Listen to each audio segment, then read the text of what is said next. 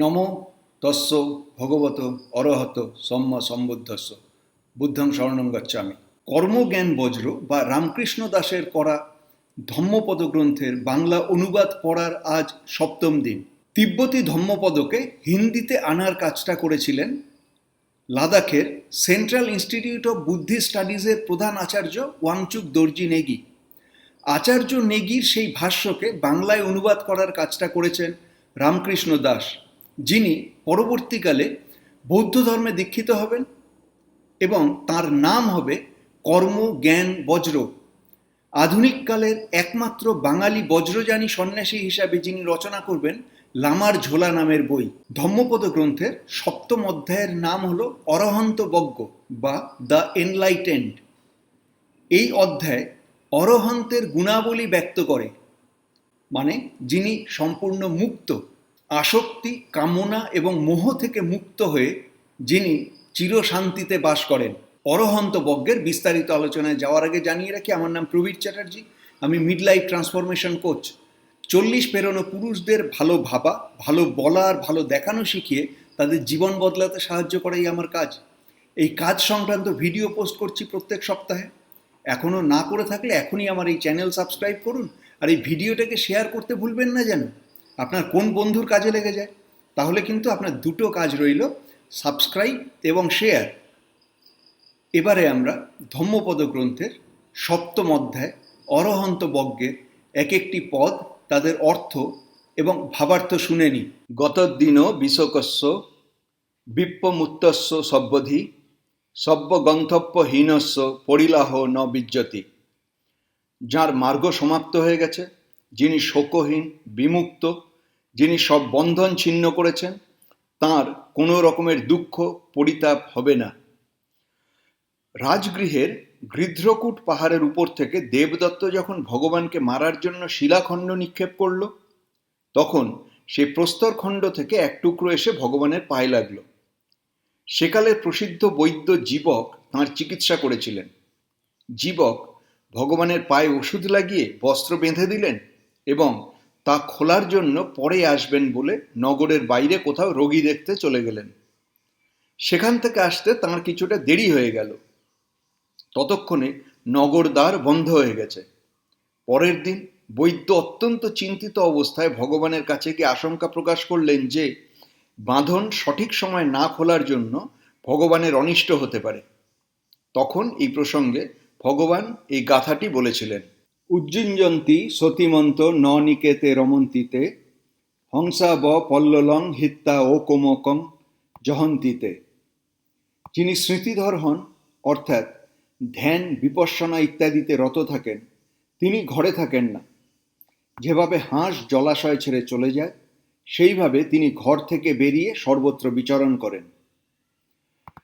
ভগবানের রাজগৃহে বসবাসের সময় একদিন যখন মহাকাশ্যপ ভগবানের সঙ্গে রাজগৃহের বাইরে চারিকা যাওয়ার জন্য চিবর ধুয়ে রাখছিলেন, তখন তাকে দেখে অন্য ভিক্ষুরা বলল, মহাকাশ্যপের রাজগৃহেই থাকা উচিত, কেননা এখানকার অধিকাংশ লোক তাঁর পরিচিত। চারিকা যাওয়ার সময় ভগবান ভাবলেন বিহার খালি করে যাওয়া উচিত নয়। এরকম ভেবে ভগবান মহাকাশ্যপকে বিহারে থাকার আদেশ দিলেন।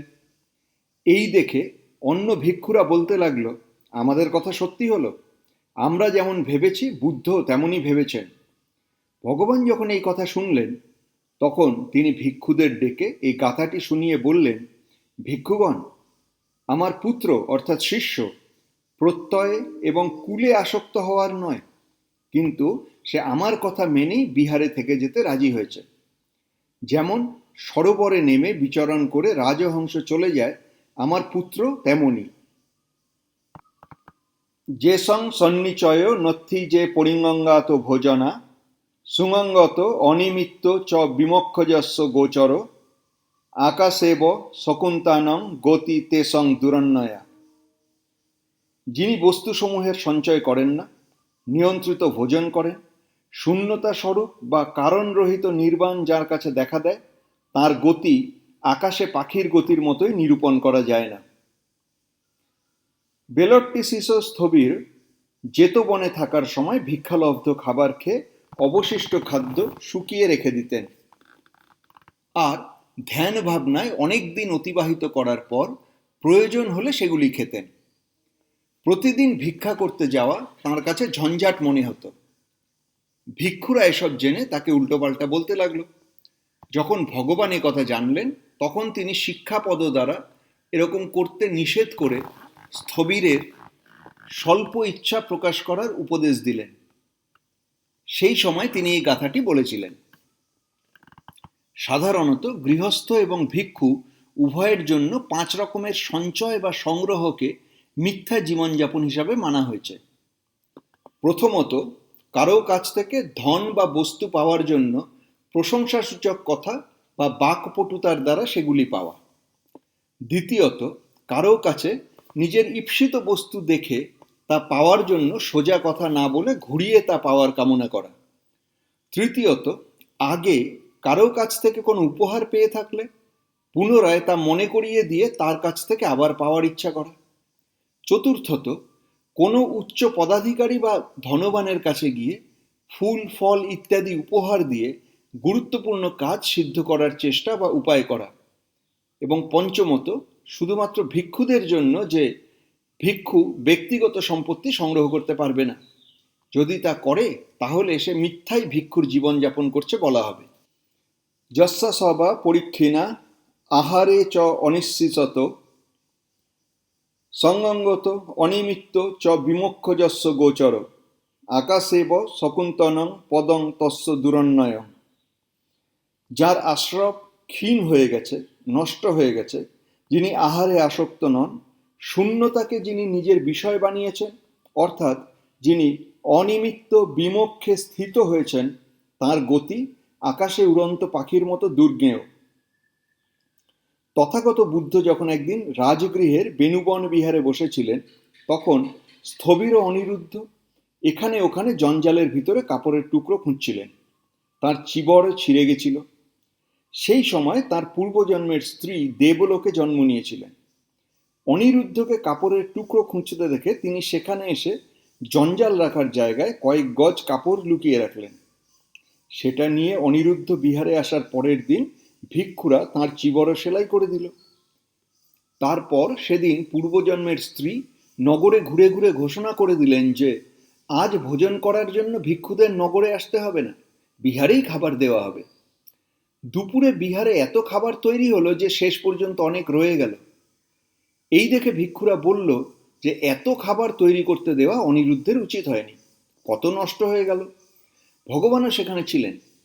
তিনি এসব শুনে ভিক্ষুদের এই গাথা গেয়ে শোনালেন এবং বললেন, ভিক্ষু অনিরুদ্ধ সব ক্লেশই ত্যাগ করেছে, সে আহার সম্বন্ধে চিন্তা করবে কিভাবে?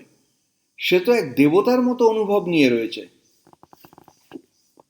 যস্যেন্দ্রিয়াণি সমথং গতানি অস্যা যথা সারথিনা সুদন্ত পহিনমানস্য অনাশবস্য দেবাপিতস্য পিহয়ন্তি তাদিন। সারথির দ্বারা নিয়ন্ত্রিত ঘোড়ার মতো যার ইন্দ্রিয় শান্ত, যার অহংভাব অহংকার নষ্ট হয়ে গেছে, ক্লেশরহিত হয়ে গেছে, এই রকম ব্যক্তিকে দেবতারাও কামনা করেন। কারো প্রতি অনুকূল হয়ে সেবা সহযোগিতা করলে দেখা যায় সে শত্রু, দেবতা বা অসুর যেই হোক না কেন, সে মঙ্গলকারী আর সুখদায়ী হয়ে ওঠে। কিন্তু রাগ, দেশ, মোহ, ঈর্ষা ইত্যাদি ক্লেশ যখন আমাদের চোখে বা অন্যান্য ইন্দ্রিয়ে প্রবেশ করে, তখন আমরা যত তাদের ওপর নির্ভর করি ততই তারা আমাদের অমঙ্গল করে সমস্যা বাড়িয়ে তোলে। তাই সমস্ত ইন্দ্রিয়কে এইসব বিষয় থেকে দূরে রাখা উচিত, যাতে ক্লেশরূপী শত্রু প্রবেশ করতে না পারে। অর্থাৎ আমাদের রূপ, শব্দ, রস ও স্পর্শ ইত্যাদি থেকে দূরে থাকা উচিত, তাদের উপর নিয়ন্ত্রণ রাখা উচিত। যতই আমরা এগুলিকে আশ্রয় করব, ব্যবহার করব, ততই তৃষ্ণা, চাহিদা বাড়তে থাকবে। কারো চাহিদা কখনো পূর্ণ হয় না। যার সন্তোষ আছে সেই একে জয় করতে পারে, শান্ত থাকতে পারে। আত্মসন্তুষ্ট ব্যক্তি সংসারকে অনিত্য, মায়া সদৃশ, মরীচিকা সদৃশ দেখে।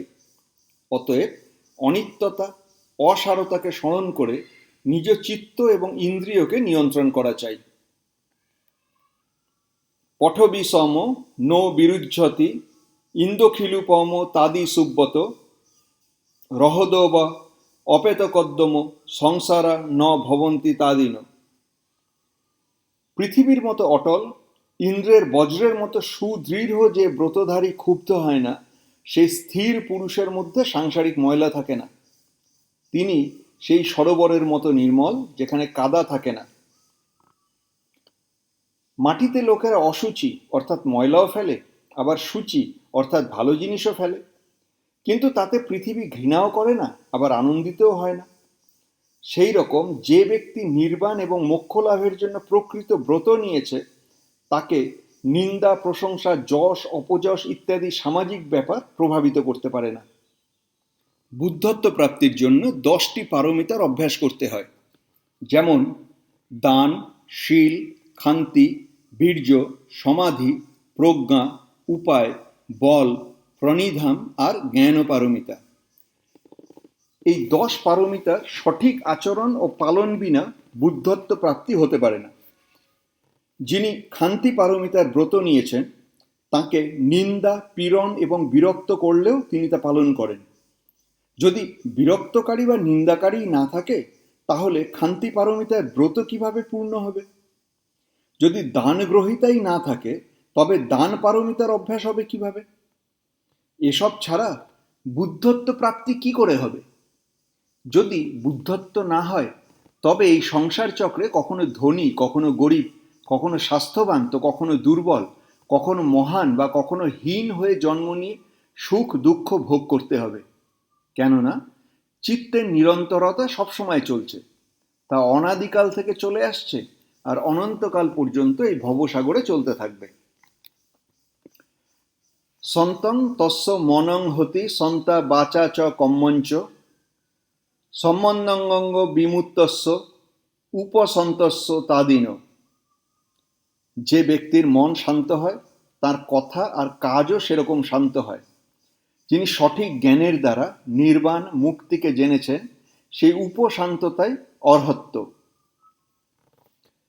তথাগত যখন শ্রাবস্তিতে বাস করতেন, সে সময় কৌশাম্বীবাসী তিস্য ভিক্ষু হয়েছিলেন। তিনি কৌশাম্বীতে বর্ষাকাল কাটিয়ে শাস্তার দর্শনের জন্য শ্রাবস্তিতে যাচ্ছিলেন।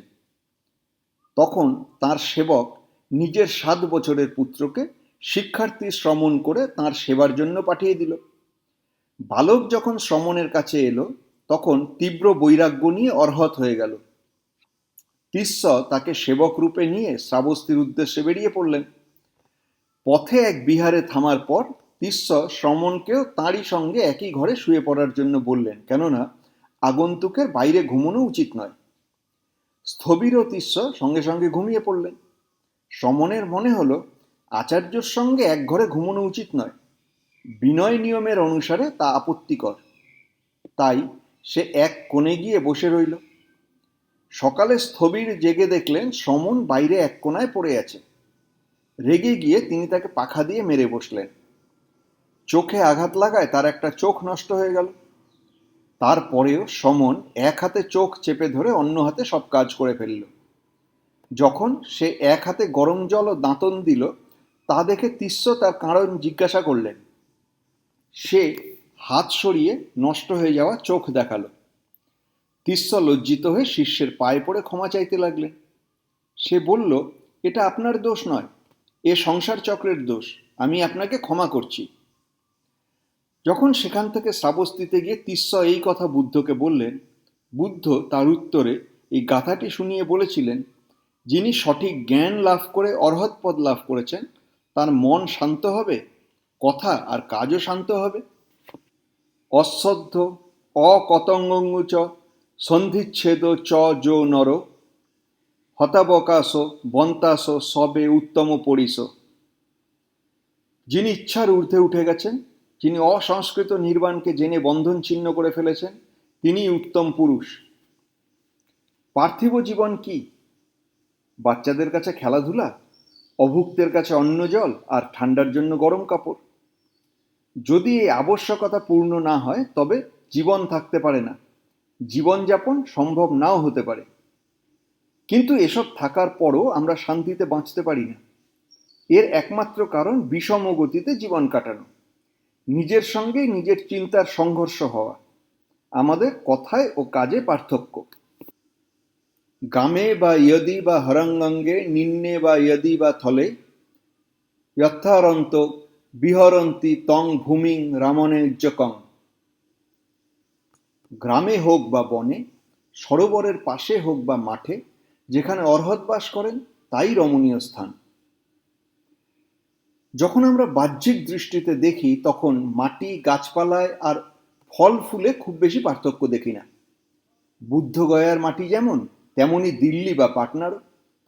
বারাণসীতে যেমন গাছগাছালি, গোরখপুরেও সেই একই গাছগাছালি, মাটির চেহারা ইত্যাদি। কিন্তু বুদ্ধ 4টি স্থানকে পবিত্র ঘোষণা করেছিলেন আর এইসব স্থানে তীর্থযাত্রা করতে বলেছিলেন। লুম্বিনী, যেখানে বুদ্ধের জন্ম হয়েছে; বুদ্ধগয়া, যেখানে তিনি জ্ঞান লাভ করলেন; বারাণসী সারনাথ, যেখানে তিনি প্রথম ধর্মচক্র প্রবর্তন করলেন; এবং কুশীনগর, যেখানে তিনি মহাপরিনির্বাণ প্রাপ্ত হলেন। বুদ্ধদেব এরকম কেন বলেছিলেন?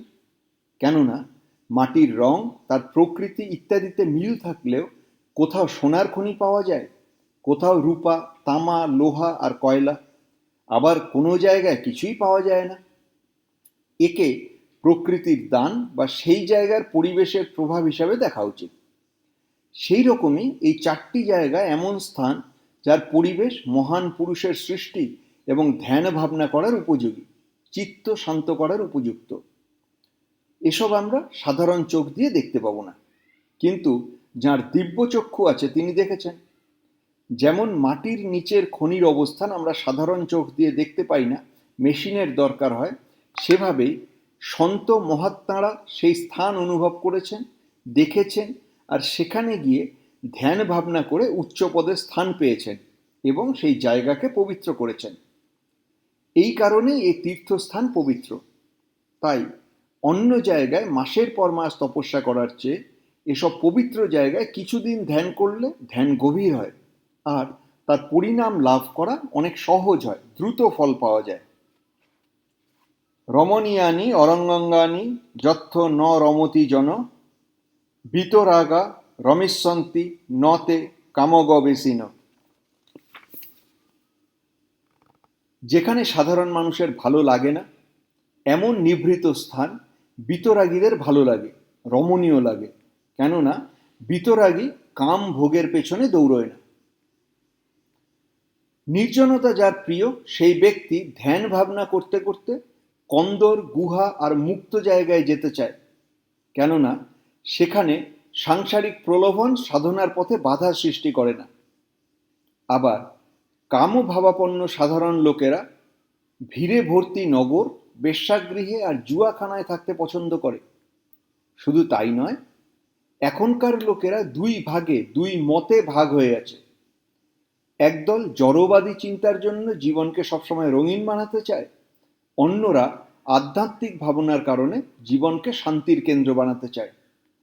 আধ্যাত্মিক ব্যক্তি কম সুবিধাতেও সুখী থাকে। তারা গ্রাম্য জীবন, পশু পাখিদের ডাক, মুক্ত জায়গার মাহাত্ম্য বোঝে, যেখানে একে অন্যের সুখে দুঃখে হাত বাড়ায়। তারা ধ্যান ভাবনা, ভজন কীর্তন, গুরুজনদের সম্মান প্রদান ইত্যাদি ধার্মিক ও নৈতিক মূল্য নির্ভর জীবনযাপন করে। আবার অন্যরা মহানগরের জীবন, যানবাহনের শোরগোল, 24 ঘন্টা আলো জ্বালিয়ে রাতকে দিন বানিয়ে মেশিনের মতো জীবনযাপন ইত্যাদি নাগরিক জীবনশৈলীকে জীবন মনে করে। যদি এরকম পার্থিব প্রবৃত্তি চলতেই থাকে তাহলে পৃথিবী কয়েক বছরের মধ্যেই নিজেকে শেষ করে দেবে।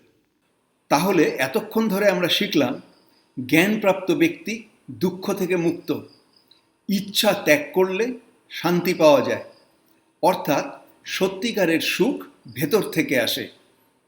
আর জীবন সম্বন্ধে আরও জানতে আমার অন্য চ্যানেল মহাভারতের কথায় আসুন। প্রত্যেক সপ্তাহে একটা করে মহাভারতের গল্প আপলোড করছি আমি, শুধুই অডিও, কাজ করতে করতে শুনুন। আর হ্যাঁ, এই ভিডিওটাকে শেয়ার করতে ভুলবেন না যেন। আগামী সপ্তাহে দেখা হচ্ছে তাহলে।